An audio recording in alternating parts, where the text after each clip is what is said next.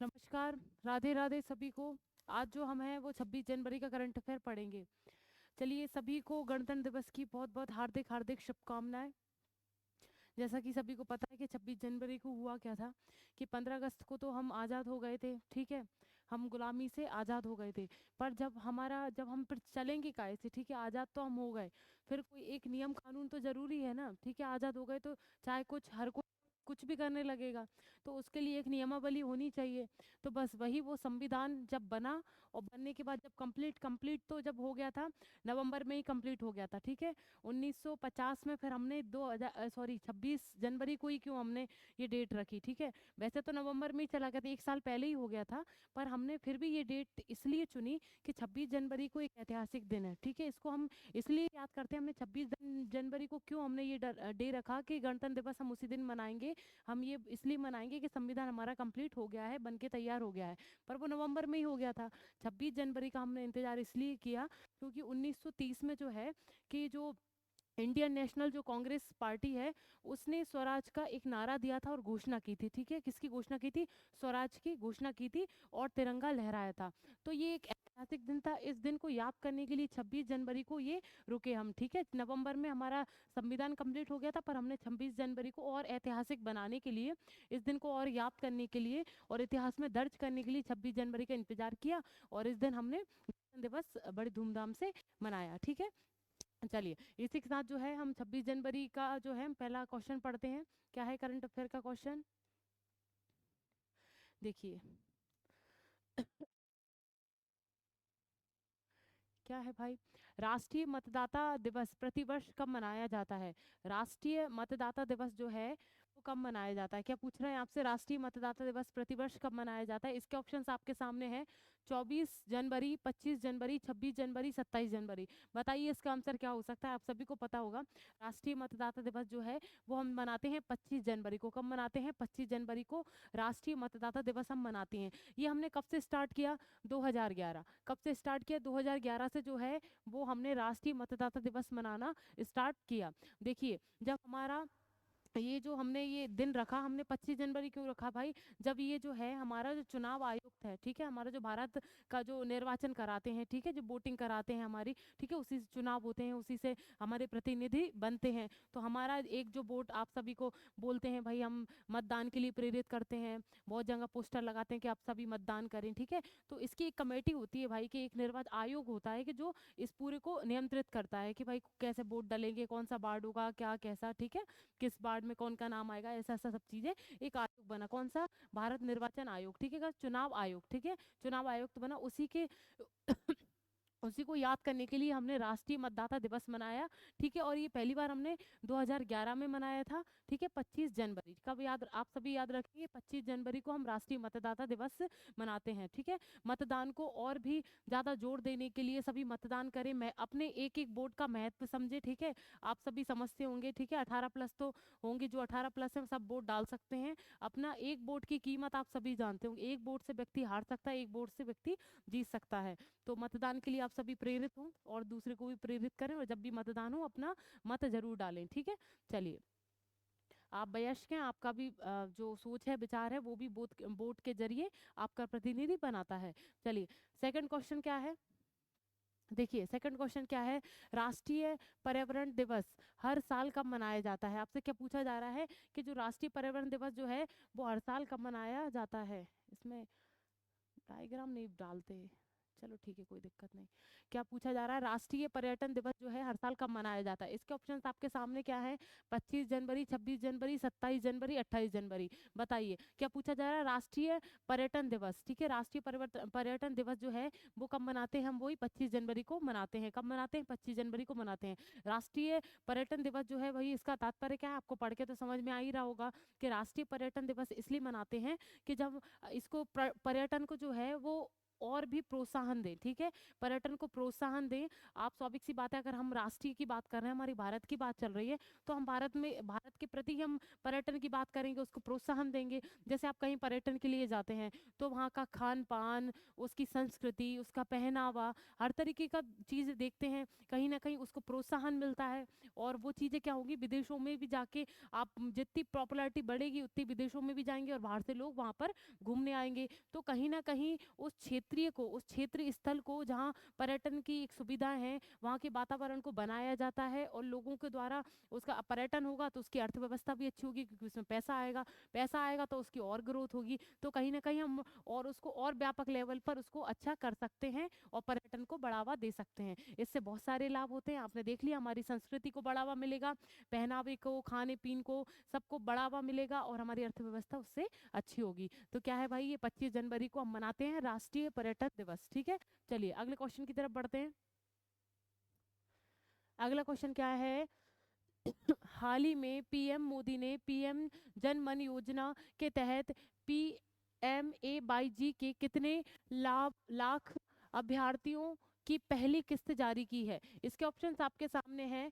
25,000, 50,000, 80,000, 1 लाख। बताइए कितने जो लाख जो इस योजना से लाभान्वित हुए हैं, उससे ये पूछा है। इस योजना से, ये जो जनमन योजना है उसके तहत कितने जो व्यक्ति हैं, लाभान्वित व्यक्ति हैं, उनकी संख्या पूछी गई है। तो कितने हैं? 1 लाख, ठीक है? कितने हैं? 1 लाख। ये सभी जो हजार में दिए हैं, वैसे इससे क्वेश्चन से तो समझ में आ ही रहा है कि हजार में तो संख्या है ही नहीं, क्योंकि यहाँ तो हजार लाख में ही पूछा है। तो इसका क्या आंसर है? 1 लाख, ठीक है? क्या है इसका आंसर? 1 लाख। ये क्या है? पीएम जन मन योजना। मैंने आपको पहले भी बताया था, पीएम जन मन योजना जो है वो आदिवासी जो लोगों के लिए आवास योजना है, ठीक है? पीएम जो आवास योजना है उसके अंतर्गत ही आदिवासियों को आवास उपलब्ध कराए गए हैं, ठीक है? मतलब रहने के लिए उनको सुविधा उपलब्ध कराई गई है। किस किस योजना के तहत? पीएम जन मन योजना। योजना के तहत? पीएम जन मन योजना के तहत जो आदिवासी लोग हैं उनको स्वास्थ्य से लेकर, पेयजल से लेकर, खान पीन से लेकर, स्वास्थ्य, शिक्षा, हर चीज को बेहतर बनाने के लिए उनको एक आवास सुविधा प्रदान की गई है, ठीक है? आवास सुविधा प्रदान की गई है किसके तहत? पीएम जन मन योजना के तहत, ठीक है? और उससे अभी जो है 1 लाख जो लोग हैं लाभान्वित हो चुके हैं। 1 लाख जो लोग हैं लाभान्वित हो चुके हैं। देखिए मैं आपको थोड़ा सा और पढ़ाती हूँ इसी में। ये देखिए, इसकी जो पहली पहली बजट में पहली जो किस्त है, किस्त के रूप में 540 करोड़ रुपए जारी की है। पहली किस्त इसमें जारी हो गई है। 540 जो करोड़ रुपए हैं उसमें जारी हो चुके हैं, ठीक है? और इसमें कोई बताने वाली बात नहीं, फिर भी मैंने आपको आंकड़ा बता दिया। ऐसा कोई अब ये वाले क्वेश्चन तो बनते नहीं है कि कितनी की किस्त जारी हो गई, ऐसा ऐसा। आपको ये जानना जरूरी है कि ये योजना क्या है, ठीक है? इसके तहत क्या काम चल रहा है, और थोड़े से आप ये देख ली कितने उससे लाभान्वित हो चुके हैं। तो देखिए मैं सिर्फ आपके लिए नॉर्मल के लिए पढ़ा रही हूँ, नॉर्मल आप देख लीजिए। ये देखिए 9 मंत्रालय जो है, कोई भी केंद्रीय कोई 9 मंत्रालय हैं, उनके 9 मंत्रालयों के तहत कुछ योजनाएं लागू की गई और भी परियोजनाएं लागू की हैं। टोटल 9 मंत्रालयों ने अपनी परियोजनाएं लागू की हैं इस योजना के तहत, ठीक है? और कुछ जिसमें जानने योग्य है नहीं। चलिए अगले क्वेश्चन की तरफ बढ़ते हैं।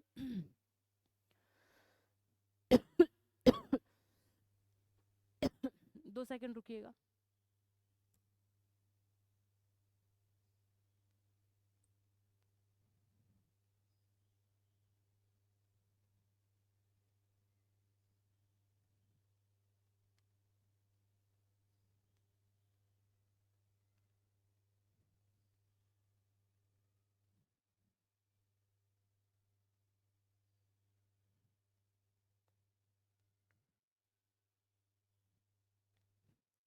जी, तो क्या है क्वेश्चन, क्या था भाई? हाल ही में किस बैंक ने ग्रीन रूपी टर्म डिपॉजिट लॉन्च किया है? क्या पूछा गया है? हाल ही में किस बैंक ने ग्रीन रूपी टर्म डिपॉजिट लॉन्च किया है? इसके ऑप्शंस आपके सामने: एसबीआई, आरबीआई, आईएसआईसीआई बैंक, एस नहीं, आईसीआईसीआई बैंक, एचडीएफसी बैंक। बताइए इसका आंसर क्या है? देखिए पूछा क्या गया है, पहले ये देखिए कि किस बैंक ने, बैंक से आप पूछा गया है कि कौन सा बैंक आपसे पूछा गया है, और क्या है? ग्रीन रूपी टर्म डिपॉजिट, ठीक है? ये क्या क्या एक स्कीम है, क्या नाम है उसका? ग्रीन रूपी टर्म डिपॉजिट। इस ये लॉन्च किया है, किस बैंक ने किया है, ये आपसे पूछा गया है। देखिए इसका जो आंसर है एसबीआई। क्या आंसर है इसका? एसबीआई, ठीक है? एसबीआई जो है एक ऐसा बैंक है जिसने कौन सी योजना लागू की है? ग्रीन टर्म रूपी डिपॉजिट, रूपी नहीं बोल सकते, कोई इशू नहीं है। ग्रीन टर्म डिपॉजिट क्या है? ग्रीन टर्म डिपॉजिट जो है इसमें क्या होगा कि हरित जो है, हरित जो आप परिवेश को बढ़ावा देना, उसको पर्यावरण के जो विरोध जो कार्य हो रहे हैं, पर्यावरण को जो नुकसान पहुंचा रहे हैं, उन कामों के लिए विरोध करना, और उसके लिए पर्यावरण अनुकूलन जो अच्छे तरीके से पर्यावरण हमारा चल सके, संतुलन जो है वो बिगड़े ना, उसके लिए एक राशि जमा कर रहे हैं। कौन सा बैंक कर रहा है? एसबीआई। ठीक है, इसके लिए एक खाता बनाया जा रहा है, उसमें जो है बैलेंस रखा जाएगा। ठीक है, और जो पैसे हैं वो जमा किए जाएंगे किसके लिए? पर्यावरण के लिए। पर्यावरण सही तरीके से बना रहे, उसमें जो भी हेल्प चाहिए पैसे आर्थिक रूप से ये हेल्प करेंगे। ठीक है, पर्यावरण के प्रति ये एक बहुत अच्छी एक सोच है। किसने की है? एसबीआई ने। उसका नाम क्या है? ग्रीन रूपी टर्म डिपॉजिट। ठीक है, ग्रीन रूपी टर्म डिपॉजिट एसबीआई ने ये स्कीम चालू की है। चलिए अगले क्वेश्चन की तरफ बढ़ते हैं। जी, अगला क्वेश्चन क्या है? हाल ही में किस राज्य ने सांगली, किस राज्य में सांगली जिले में नया अप अट्टपाडी संरक्षण रिजर्व घोषित किया है? इसके ऑप्शंस आपके सामने हैं। पहला केरल, कर्नाटक, महाराष्ट्र, उड़ीसा। बताइए इसका आंसर क्या है? क्या पूछा गया है कि सांगली जिले में नया अट्टपाडी संरक्षण जो है रिजर्व, संरक्षण रिजर्व घोषित किया है, किस राज्य में है? ये जो जिला है सांगली जिला, वहाँ का कोई क्षेत्र है। ठीक है, अटपानी एक उसको रिजर्व या संरक्षित घोषित किया है, संरक्षण घोषित किया है। वो कौन से राज्य में है? इसका आंसर जो है वो है ये आपको ऑप्शन आपके सामने है, केरल, कर्नाटक, महाराष्ट्र, उड़ीसा। इसका जो आंसर है वो है महाराष्ट्र। क्या आंसर है इसका? महाराष्ट्र। महाराष्ट्र में एक सांगली जिला है। कौन सा जिला है? सांगली जिला। वहां पर अटपाड़ी जो है, अटपाड़ी जो है वहां पर संरक्षण रिजर्व क्षेत्र घोषित कर दिया है। पहले आप ये समझ लीजिए कि संरक्षण और रिजर्व क्षेत्र होता क्या है। वहाँ की जैसे अटपानी, हम कौन से जिले की बात कर रहे हैं? सांगली जिले की। सांगली जिले पर भी कहाँ अटपानी जो संरक्षण जो रिजर्व जो घोषित किया है, वो एक जो क्षेत्र है, मान लीजिए ये क्षेत्र, अगर मैं किसी और क्षेत्र की भी बात कर लूँ, संरक्षण रिजर्व क्षेत्र जो भी है वो इसलिए बनाए जाते हैं संरक्षण या रिजर्व क्षेत्र कि उसकी या तो प्राकृतिक क्षेत्र बहुत अच्छा है। ठीक है, प्राकृतिक क्षेत्र कुछ अनूठा है, सांस्कृतिक क्षेत्र से कुछ अलग है। ठीक है, उसकी जो कुछ जो क्षेत्रफल है वो या तो प्राकृतिक रूप से बहुत अच्छा है, सांस्कृतिक रूप से बहुत अच्छा है, उसका कुछ अच्छा सा इतिहास है, तो हम उसको एक संरक्षण प्रदान करते हैं। उसको हम क्या संरक्षण प्रदान करते हैं कि उसमें कोई परिवर्तन ना हो, वो जैसा है वो वैसा बना रहे। ठीक है, जैसा है वो वैसा बना रहे, इसलिए हम उस क्षेत्र को संरक्षण या रिजर्व के क्षेत्र में रख देते हैं। ठीक है, किसको रख दिया है? अटपानी संरक्षण रिजर्व घोषित कर दिया है। कहाँ पर? सांगली जिले को। सांगली जिले को, सांगली जिला जो है वो कहाँ है? महाराष्ट्र में। चलिए अगले क्वेश्चन की तरफ बढ़ते हैं। हाँ, अगला क्वेश्चन क्या है? हाल ही में आई रिपोर्ट के अनुसार अमेरिका ग्रीन हाउस गैस उत्सर्जन में कितने प्रतिशत की गिरावट हुई है? इसके ऑप्शंस आपके सामने हैं।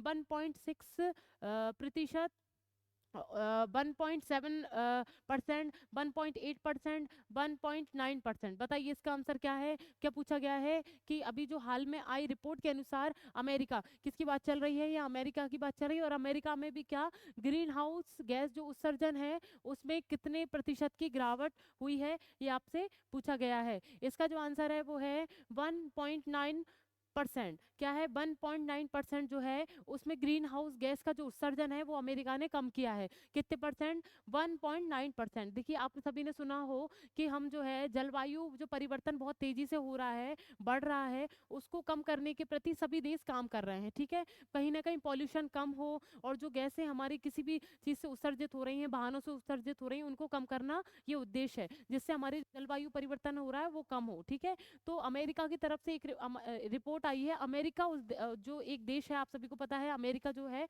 उसने 1.9 जो परसेंट है उसमें गैस जो है, ग्रीन हाउस जो गैस उत्सर्जन है वो कम किया है। अब देखिए ये तो आप सभी को पता होगा, आप सभी को इतनी नॉलेज होगी ग्रीन हाउस गैस होता क्या है। आप सभी को पता है कि ये प्राकृतिक एक एक घटना है। कैसा? कि कोई भी, जैसे आप मान लो कि ये पृथ्वी अगर ये गैसें ना हो तो कहीं ना कहीं बहुत ठंडी हो जाएंगी, जम जाएगी हर चीज़। तो क्या है, जो सूर्य से किरणें, जो आने वाली जो किरणें हैं, जो गैसेस हैं, वो कहीं ना कहीं हमारे जो सूर्य का जो सॉरी पृथ्वी का जो तापमान है वो थोड़ा सा संतुलन में बनाए रखती, नहीं तो कहीं न कहीं हम जम हर चीज़ जम जाएगी, ठीक है?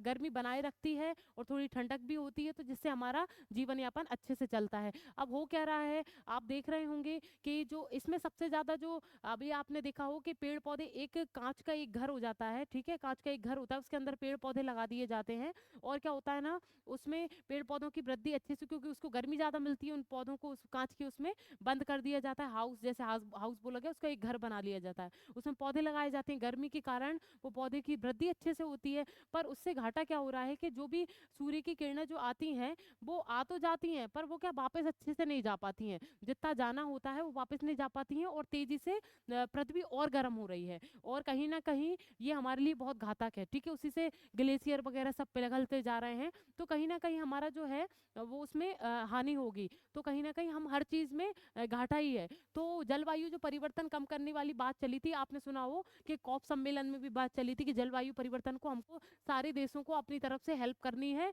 और सभी को कम करना है। ये सभी का वैश्विक स्तर का एक मामला है, तो सभी को कम करना है। तो उसी के तहत जो अमेरिका ने ग्रीन हाउस गैस की जो उत्सर्जन है उसको कम किया है। कितनी गिरावट आई है?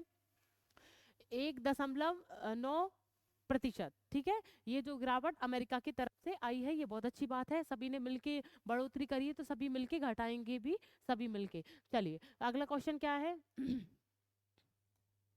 हाँ, अगला क्वेश्चन है, हाल ही में किसने भारत से ग्राफिक्स डिज़ाइन के लिए प्रेरणाएँ नामक पुस्तक लिखी है? इसके जो ऑप्शंस हैं आपके सामने, अमित शाह, पीयूष गोयल, जया जेटली, इनमें से कोई नहीं। बताइए, क्या पूछा गया है कि हाल ही में किसने भारत से जो है भारत से ग्राफिक डिज़ाइन के लिए प्रेरणाएँ, कौन-सी प्रेरणाएँ नामक पुस्तक लिखी हैं, किसने लिखी हैं?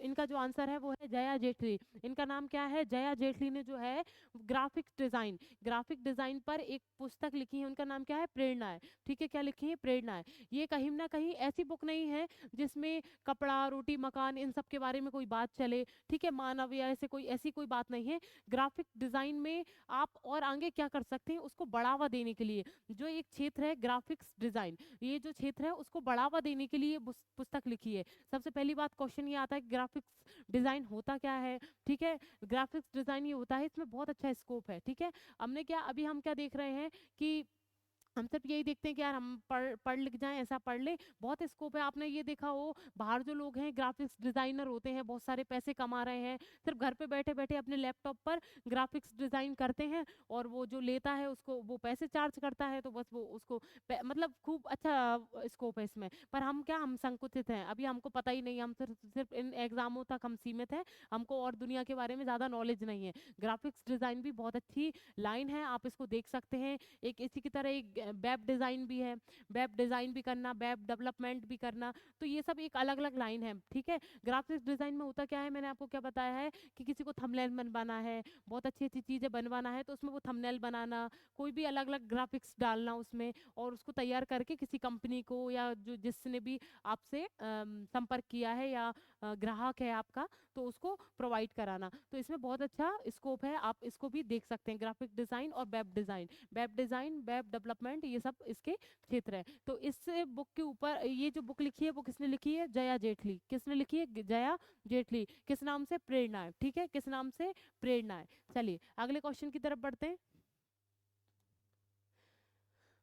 हाँ, अगला क्वेश्चन क्या है? हाल ही में किस देश ने उत्तर कोरिया पर खुफिया जानकारी जुटाने के लिए उपग्रह लॉन्च किया है? इसके ऑप्शंस आपके सामने हैं। पहला है रूस, जापान, चीन, जर्मनी। बताइए इसका आंसर क्या है? इसका जो आंसर है वो है जापान। इसका क्या आंसर है? जापान। क्या पूछा गया है? उत्तर कोरिया पर जो खुफिया जानकारी जुटाने के लिए, जो खुफिया जानकारी जो है, गुप्त जानकारी जो है, वो जुटाने के लिए उसने एक सैटेलाइट यानी उपग्रह लॉन्च किया है। किसने लॉन्च किया है? जापान ने। उत्तर कोरिया पर इसकी पूरी नज़र रहेगी कि अगर कोई ये हस्तक्षेप वैसा विरोध करता है या फिर कुछ ऐसी गुप्त घुसा मतलब जो भी कर रहा है, ठीक है?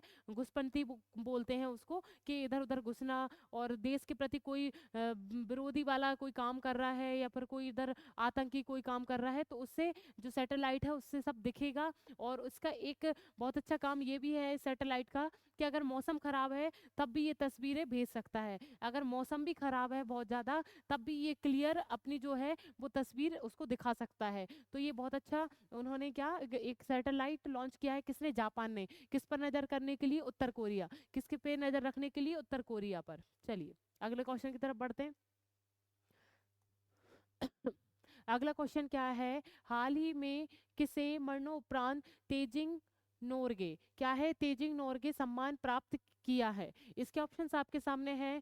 पुष्कर भारती, दिव्य कीर्ति सिंह, सबिता कंसवाल, इनमें से कोई नहीं। देखिए ये मर चुकी है मरणोपरांत, ठीक है, मरणोपरांत यानी ये मरने के बाद इनको कौन सा पुरस्कार प्राप्त हुआ है? तेंजिंग मोरगे। क्या नाम है पुरस्कार का? तेंजिंग मोरगे जो है वो सम्मान प्राप्त हुआ है। ये भारत के द्वारा प्रदत्त है, मतलब ये भारत के द्वारा, हमारी जो भारत है उसके द्वारा प्रदत्त ये पुरस्कार है। उन्हें ये हमारी भारत सरकार के द्वारा दिया जाने वाला एक पुरस्कार, उसका नाम क्या है?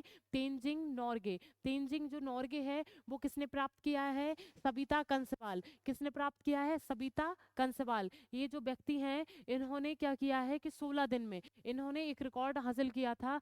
16 दिन के अंदर अंदर दो बड़े बड़े पर्वत पर चढ़ी हैं, ठीक है, दो बड़े बड़े पर्वत पर चढ़ गई हैं 16 दिन के अंदर। वो ये बहुत बड़ी बात है, इसलिए इनको ये पुरस्कार दिया गया है। इनके पिताजी को ये पुरस्कार दिया गया था क्योंकि ये तो शांत हो चुकी हैं। इनका नाम क्या है? तेंजिंग, सॉरी, इनका जो पुरस्कार है उसका नाम क्या है? तेंजिंग नॉर्गे। और किसको मिला है? सबिता कंसवाल। एक तो ये हमारे माउंट एवरेस्ट, आप सभी जानते होंगे, ठीक है, माउंट एवरेस्ट पर चढ़ी हैं। और दूसरा जो है माउंट मकालू, क्या नाम है? माउंट मकालू पर और माउंट एवरेस्ट। और वो भी कितना सा ये 8,000 मीटर की ये दोनों चोटियां हैं लगभग लगभग। और ये सिर्फ और सिर्फ इनने कीर्तिमान क्यों हासिल किया है? कीर्तिमान उन्होंने इसलिए हासिल किया है कि ये सिर्फ दोनों जो पर्वत चढ़ी हैं वो सिर्फ 16 दिन में चढ़ी हैं। कब तक चढ़ी हैं? सिर्फ 16 दिन के अंतर्गत में एवरेस्ट पर भी चढ़ ली और मकालू पर भी चढ़ ली। तो ये बहुत अच्छा उनका साहस वाला काम था। तो इनको कौन सा पुरस्कार मिला है? तेंजिंग नार्गे, जो हमारे भारत के द्वारा दिया जाता है, ठीक है। ये पहली भारतीय महिला पर्वतारोही है जो 16 दिन में दो पर्वतों पर एक साथ चढ़ी हैं। चलिए शायद आई थिंक ये क्वेश्चन समाप्त हो चुके हैं। अभी एक और है, हाँ हाँ एक और है, ठीक है। हाँ, क्या है अगला क्वेश्चन? क्या है? हाल ही में आईएमएफ ने किस देश को राहत पैकेज के तहत $700 मिलियन के ऋण की मंजूरी दी है? इसके ऑप्शंस जो हैं वो हैं पाकिस्तान, श्रीलंका, इजराइल, बांग्लादेश। बताइए इसका आंसर। देखिए क्या पूछा है? आईएमएफ, ठीक है। आईएमएफ आप सभी को पता, अंतर्राष्ट्रीय मुद्रा कोष। आप सभी को मैंने बहुत बार बता दिया अंतर्राष्ट्रीय मुद्रा कोष के बारे में, ठीक है। अंतर्राष्ट्रीय मुद्रा कोष आईएमएफ, इंटरनेशनल मॉनेटरी फंड। क्या है इसका इंग्लिश में? क्या है full form? International monetary fund. और इसको हिंदी में क्या बोलेंगे? अंतर्राष्ट्रीय मुद्रा कोष। हिंदी में क्या है? अंतर्राष्ट्रीय मुद्रा कोष। मैंने आपको पहले बताया है कि ये हर देश की अर्थव्यवस्था को देखता है कि किसकी कैसी अर्थव्यवस्था है। किसी को अगर हेल्प की आवश्यकता होती है तो ये कहीं ना कहीं धन प्राप्त कराता है, ठीक है, धन प्राप्त कराता है। और मैंने ये अभी कुछ कुछ समय पहले ही हमने पढ़ा है कि इसने अभी पाकिस्तान को हेल्प करी थी, ठीक है, उसने ऋण दिया था पाकिस्तान को। अब हम ये शायद दोबारा रिपीट क्वेश्चन हो चुका है, फिर भी हम इसको पढ़ लेते हैं। $7 मिलियन के जो है ऋण को मंजूरी दी है, किसको? पाकिस्तान को। किसको दी है? पाकिस्तान को। पाकिस्तान को अभी पता है हालत बहुत खराब है, नकदी पैसा बिल्कुल भी नहीं है पाकिस्तान के पास, अभी बहुत बुरी स्थिति चल रही है। तो इसलिए जो है अंतर्राष्ट्रीय मुद्रा कोष जो है पाकिस्तान की हेल्प कर रहा है। और अभी कुछ समय बाद पाकिस्तान में चुनाव होने वाले हैं। चलिए अगले क्वेश्चन की तरफ बढ़ते हैं। जी, ये क्वेश्चन बस हो चुके हैं यहीं पे। चलिए सब लगे रहें, अच्छे से पढ़ें, ठीक है। जल्दी जल्दी अभी शायद कुछ और भी वैकेंसी आ जाए, पता नहीं, पर आप कंटिन्यू लगे रहें जितना हो सके। चलिए इसी के साथ फिर हम मैं कल मिलती हूँ। राधे राधे।